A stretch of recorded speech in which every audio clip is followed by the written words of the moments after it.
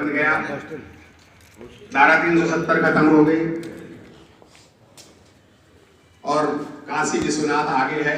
नौकरी का क्या करोगे? नौकरी को मोदी जी के लिए त्याग नहीं कर सकते क्या? ये इस देश का भविष्य दिखाया जा रहा है। टोटल गुमराह किया जा रहा है इस देश को। यदि हम बात करेंगे हिंदुत्व की बात, भाई प्रहलाद शर्मा जी ने थोड़ी सी की, मैं उसको और बहुत पीछे ले जाना चाहता हूं। त्रेता में जब भगवान राम आए, उन्होंने कुछ मर्यादाएं जो है स्थापित कर दी थी कि राजा का धर्म क्या होगा, राजा के कर्तव्य क्या होंगे, राजा के प्रति प्रजा का कर्तव्य क्या होगा, पिता का पुत्र के प्रति क्या कर्तव्य होगा, पति पत्नी की क्या मर्यादाएं होंगी, बहन भाई की क्या मर्यादाएं होंगी, भाई भाई की क्या मर्यादाएं होंगी, और उन्हीं मर्यादाओं को हमने अपना धर्म मान लिया। लेकिन याद रखो, जब जब मर्यादाएं टूटी हैं तो महाभारत हुआ है। यदि उस दूत सभा में जिसमें महाबली भीष्म बैठे हुए थे, दानवीर कर्ण, अश्वत्थामा, द्रोणाचार्य, कृपाचार्य, इतने बड़े बड़े योद्धा थे कि वो अकेले ही पूरी पृथ्वी का विनाश कर सकते थे। लेकिन जो उनका मौन था उस दूत सभा में, जब एक नारी शक्ति को जो है कि उस पर रखा गया था, तो उन्होंने अपना फर्ज नहीं निभाया और मर्यादाएं तोड़ी गई, और मर्यादा तोड़ी गई तो महाभारत हुआ। उस महाभारत का अंजाम यहाँ बैठा हुआ कोई ऐसा आदमी नहीं है जो हम में से अनभिज्ञ हो। और तभी कृष्ण ने कहा था कुरुक्षेत्र के मैदान में खड़े होकर के यदा यदा ही धर्मस्य ग्लानिर्भवति भवति भारत है। जब उन्होंने कहा था जब जब धर्म की हानि होगी तो मैं आऊंगा। इस पृथ्वी पर जो हो रहा है, इस ब्रह्मांड में जो हो रहा है, मेरी मर्जी से हो रहा है। जो कर रहा हूं मैं कर रहा हूं, आदि भी मैं हूं, अनंत भी मैं हूं। जब पूरे ब्रह्मांड में उनकी मर्जी से हो रहा है, ब्रह्मांड में तरह तरह की भौगोलिक स्थितियां हैं, कहीं ठंड ज्यादा है, कहीं बारिश ज्यादा है, कहीं गर्मी ज्यादा है, तो अलग अलग वेशभूषाएं हैं, अलग अलग खान पान है। क्या किसी की वेशभूषा यदि अलग है, उसकी जगह से हमारा धर्म हमको नफरत करना सिखाता है? क्या मेरे पहनावे को देखकर आप मेरे से नफरत करोगे? क्या मेरे खान पान को देखकर? जबकि भौगोलिक स्थिति, जब सब कुछ भगवान कृष्ण की मर्जी से हो रहा है, उस परमात्मा की मर्जी से हो रहा है, तो हम उनसे कैसे नफरत कर सकते हैं? और याद रखना, यदि इस चीज को नहीं रोका गया तो इसका कोई अंत नहीं है। महात्मा गांधी ने कहा था, आंख के बदले यदि आंख की संस्कृति डेवलप हो जाएगी तो एक दिन पूरी दुनिया ही अंधी हो जाएगी। इसलिए मर्यादा, जब मर्यादा टूट रही है, किसानों के ऊपर गाड़ियां चढ़ाई जा रही हैं, नौकरी मांग रहे बेरोजगार, उनके ऊपर लाठी बजाई जा रही है, किसान अपने हक के लिए 1 साल तक बैठा गया, 700 किसान शहीद हो गए, वो हम और आपके बीच में से ही थे। एक शब्द भी कहने को जो है कोई तैयार नहीं है कि शहीद हो गए हैं। कैसे चलेगा देश? क्या पूरी दुनिया से अलग होकर आप चल सकते हैं? क्या पूरी दुनिया में क्या मुंह लेकर आप जाओगे? कितना सम्मान था हिंदुस्तान का। जब आप अब बाहर जाओगे तो आपको पता लगेगा कितना बदलाव आ गया है। इन सब बातों पे आपको विचार करना होगा। सिर्फ एक बात पे, कौन सा ऐसा हिंदू है जिसके घर में सुबह को दिया ना जलता हो, जिसके घर में उसके, हो सकता है हिंदुओं में आदमियों में थोड़े कम पूजा पाठ की पत्ती है, लेकिन हर एक के घर में हमारे लेडीज जो है, माता बहनें जो है, सुबह को चौके में भी तब जाती है, पहले जो है मंदिर में दिया जला लेती है। कौन भगवान राम को नहीं मानता? और हम भी जानते हैं भगवान राम के सबसे ज्यादा पुजारी, बड़े पुजारी हम हैं। अरे महात्मा गांधी जैसा जो है नेता, जिसने पूरे विश्व, जिसके नाम पर कहीं ना कहीं हर विश्व के हर देश में एक स्टैच्यू या एक सड़क मिलेगी, हर देश में उसको जानते हैं, जब वो भगवान राम को नहीं छोड़ पाए तो भगवान राम को कौन छोड़ देगा? जब उन्होंने मरते टाइम भी एक आता हे राम, और उनका जो प्रार्थना थी रघुपति राघव राजा राम। लेकिन जो कानून की बात करे, जो सही को सही कहे, जो मर्यादाओं की बात करे, वो राष्ट्र विरोधी। क्या आपसे पहले इस देश की सेनाएं नहीं थी? क्या इस देश की, इसमें भूगोल नहीं बदला गया? पाकिस्तान के 2 टुकड़े नहीं किए गए? आज नेहरू जी को क्रिटिसाइज करना बड़ा आसान है। जो जब सुई से लेके जहाज तक इंग्लैंड से आता था तो उन्होंने भापड़ा नंगल जैसा डैम बना के हम लोगों को दे दिया था, और देश आजाद होते ही युद्ध में हम जो है चले गए थे। सच को सच कहना सीखो। जब दूसरा ये 1965 में युद्ध हुआ था, कितने लोग हैं जिन्होंने ये पढ़ा होगा कि सबसे बड़ा दान किसने दिया था? पता है किसी को? उस युद्ध की लड़ाई के लिए सबसे बड़ा दान किसने दिया था? वो निजाम हैदराबाद था। 5000 किलो सोना उसने शास्त्री जी को दे दिया था। कहीं जिक्र आता है? कोई जिक्र नहीं किया जा रहा। औरंगजेब का नाम लेकर डराया जाता है। यदि उसका पूरा पढ़ोगे तो आपको सच्चाई समझ में आएगी। और अभी भी यदि यहाँ से बांके बिहारी कई लोग जाते हैं, वहाँ बांके बिहारी के पुजारी से पूछ लेना, एक दिन उसके नाम की भी पूजा होती है। सबसे बड़ा दान बांके बिहारी मंदिर को औरंगजेब ने दिया था। हम हिंदू मुस्लिम में नहीं बांटना चाहते इस देश को।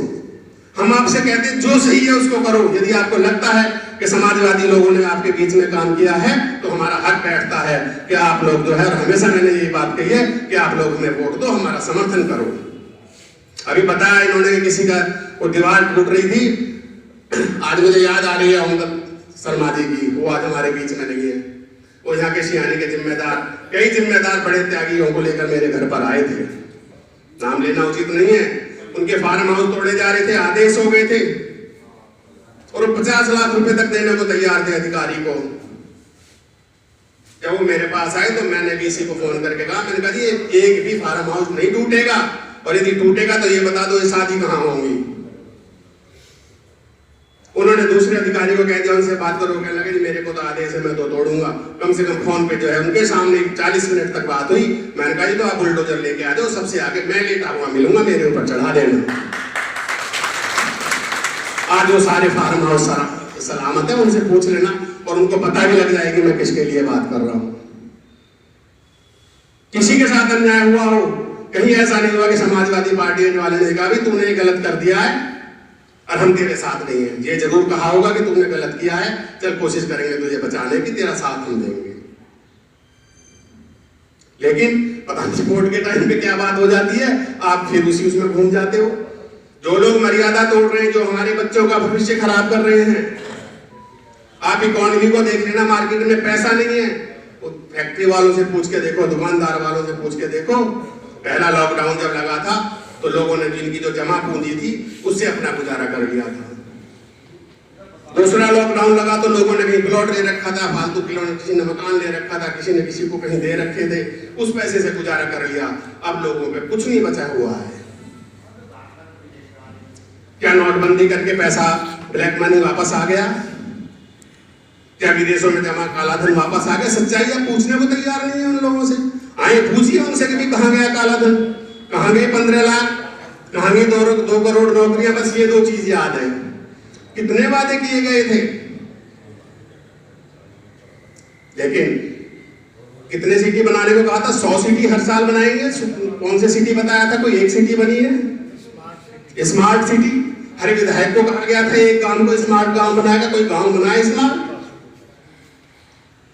कोई नई एक फैक्ट्री लगी हो, कोई बिजली का एक कारखाना लगा हो यूपी में? हम पे कहा जा रहा है कि हमारी सरकार में बिजली नहीं आती थी, बेसिक इंफ्रास्ट्रक्चर हमने तैयार करवाया, जितने ट्रांसफार्मर या सियानी में भी लगे हुए, लाइट आती थी। मैं तो यही रहा हूँ, पूरा भुगतभोगी हूँ। लाइट आई और जो है उसका जो है उड़ गया फ्यूज, लाइट गई, पूरी रात बैठे रहो छत पे सो जाके। एक जगह मोहल्ले में एक जगह ट्रांसफार्मर हम लोगों ने लगवाए, सारे इंसुलेटेड केबल हम लोगों ने लगवाए। उसकी बदौलत जो है आज ये लाइट सही आ रही है। भाई आप कह रहे हो हमारे टाइम में नहीं थी, तो तुमने कौन सी पैदा करी है फालतू, उसको बता दो। कोई कारखाना लगाया हो नया? कहना बहुत आसान है, लेकिन विचार करो और सोचो। जो विधायक कह रहे हैं ना कि वो तो किसी काम को माने तो करेगा ही, क्यों ना करे भाई?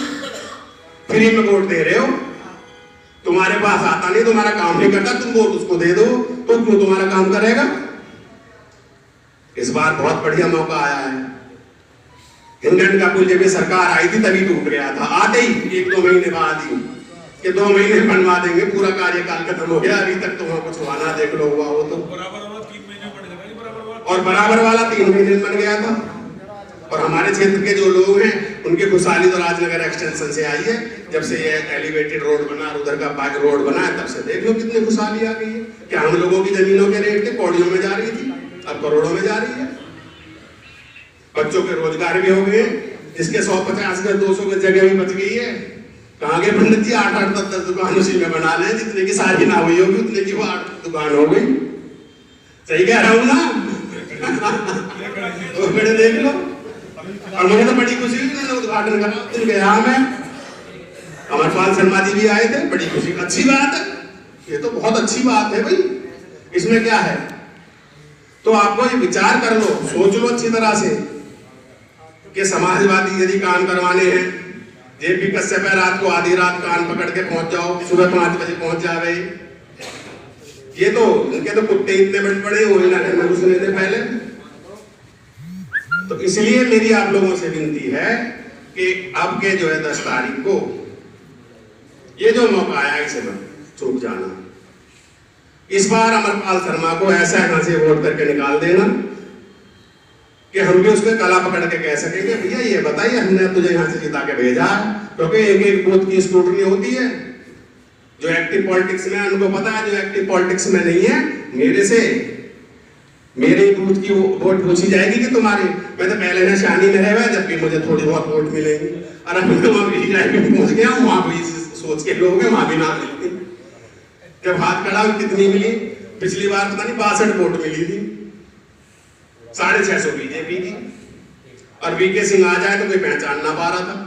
तो मेरा मतलब यह है कि हम लोगों को एमएलए जो है ऐसा होना चाहिए तो हम लोगों के बीच का हो, जिसको हम पकड़ लें, जिससे हम अपने काम करवा सकें। और एक बात और बता दें, ये टीवी चैनल कुछ भी दिखा रहे हो, अखबार कुछ भी दिखा रहे हो, सच्चाई ये है कि इस बार सरकार गठबंधन की आ रही है। आप काम बीजेपी के नेता बिल्कुल ये सच्चाई है कि गांवों में घुस नहीं पा रहे हैं, जिसके यहाँ भी जामे वही हाथ जोड़ दे। मुख्यमंत्री से भी आज का अखबार आपने पढ़ा होगा, एक बच्चे ने ये कह दी कि विधायक तो यहाँ आता ही ना है। सारा प्रशासन पूरे प्रदेश का सारा गाजियाबाद का प्रशासन जहाँ खड़ा हो, वहां उस बच्चे ने हिम्मत दिखा के ये कह दिया मुख्यमंत्री से कि यहाँ तो आते ही ना, काम को चले जाओ। तो वो कहते हैं पार्षद से बात करो। अमित शाह ने जो मीटिंग करी है वो वहां करी है दिल्ली में कल, देश का गृह मंत्री कितना उसमें आ रहे हैं ये लोग, क्योंकि इन्हें दिख रहा है कि जनता को उन्होंने बहुत कष्ट दिए हैं, और वो कष्ट जो है जनता भूली नहीं है। चलो कोरोना की हम मान सकते हैं, बीमारी की वजह से कुछ परेशानी हुई, उसमें तो कुदरत की होती, उसमें कुछ नहीं। उसके अलावा क्या करा वो बता दो। फिर तुम्हें नोटबंदी की क्या जरूरत पड़ रही थी? हमारे सिहानी के बहुत से लोगों की जमीन राजनगर एक्सटेंशन में चली गई, उनको ये ख्वाब दिखाए गए भी तुम्हारा ये फ्लैट 50 लाख का है और 1 साल में 1 करोड़ का हो जाएगा, और बड़ी तेजी से रेट बढ़ रहे थे। नोटबंदी होते बेचारों की जमीन भी चली गई, फ्लैट भी वहां के वही है। यकीन आ रहा? सच्चाई है या नहीं है? देख लो। तो मैं ये कह रहा हूँ जमीन भी चली गई और प्लॉट। भाई नोटबंदी करके तुमने क्या करा ये बताने को तैयार नहीं, कितने नोट जमा हो गए ये बताने को तैयार नहीं। जब बहुत ज्यादा आरटीआई से सुप्रीम कोर्ट ने बताया तो उन्होंने बताया 0.003% नोट सिर्फ मार्केट में बाकी रह गए हैं, जबकि एक बहुत बड़ा भाग हमारा जो है नेपाल में आज भी चल रहे हैं नोट, और नेपाल गवर्नमेंट के लिए अकाउंट है, लेने के लिए इनको लेना पड़ेगा।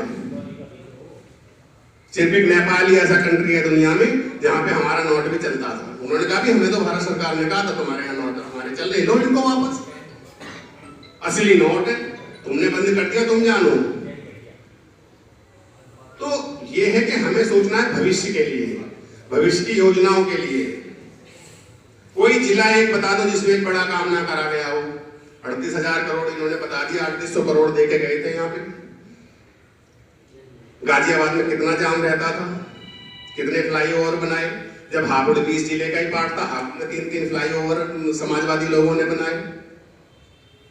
और लखनऊ जाने में जो टाइम लगता था, आधा काम तो बहुजन समाज पार्टी की सरकार ने कर दिया था, आगरे तक कर, आगरे से आगे का जो है हमने। और अब मैं रोज एलिवेटेड रोड पे को जाऊंगी, ये जो नई बनी है, मतलब ऐसे गड्ढे में ऐसे करती गाड़ी जाती। और यकीन ना हो तो ये फॉर्च्यूनर वाली जो सर्विसेज सेंटर है, किसी पे हो तो उनसे पूछ लेना, वो जाते कहे इसकी गाड़ी में जरा प्रॉब्लम आ जाना जाए तो एलिवेटेड पे चलते हो क्या, वहां 80 से ऊपर मत चला करो, इतनी बड़ी गाड़ी को भी 80 से ऊपर मत चलो। जबकि ये कह रहे हैं 120 के लिए बनाया है हमने, जगह जगह से टूट गई है, तो पैच वर्क हुआ है, कोई कहने को तैयार नहीं। तो कह रहे हो लिखवा दें कि तुम झूठ बोल रहे हो, आज कैमरे चल के देख लो, ठीक है जांच करेंगे। तो आप लोगों को अपनी बात भी कहनी चाहिए, उन बातों का भी ध्यान रखना चाहिए कि धर्म के नाम पे, धर्म तो व्यक्तिगत है, अमेरिका में नहीं है क्या? सारी दुनिया के धर्म है उसमें तो। लेकिन वहां पे जो राजनीति हो रही है वो स्वच्छ राजनीति होती है। वहां के राष्ट्रपति को भी जो है एक छोटी सी कंपनी ट्विटर ने जो है उसका अकाउंट बैन कर दिया था, जब उसने गलत बोला था। यहाँ किसी की हिम्मत है कि बोल दे? तो मेरा आप लोगों से यही विनती है कि आप लोग इस बार साइकिल को यहाँ से जिता के भेज दो।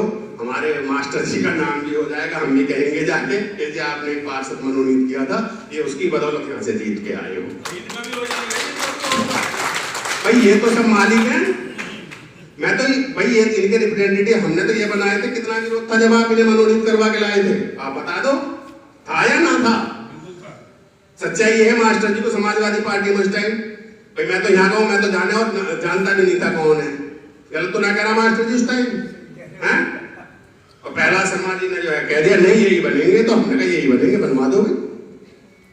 और इन्होंने जो है जितना बनवाया उससे बहुत ज्यादा काम हम पार्टी के लिए कराया और आज तक कर रहे हैं और आज तक नहीं है। और फिर सरकार आएगी तो फिर कुछ ना कुछ किसी ना किसी को कुछ ना कुछ तो मिलेगा ही, ऐसा थोड़ी है। और मिलेगा तो वो काम भी करवाएगा। तो आप लोग इस बार सब आप जिम्मेदार लोग हैं, आप कोई जन भीड़ तो है नहीं, सब जिम्मेदार आदमी है। एक एक आदमी 100-100 200 वोटों का मालिक है। इस बार इसको यहाँ से जिता के भेज दो। मैं तो एक ही बस विनती करूंगा आपसे कि 10 तारीख को इस बार जो है हमारी भी इज्जत रह जाएगी और हम हमेशा आते हैं, आज इसी तरह आते रहेंगे।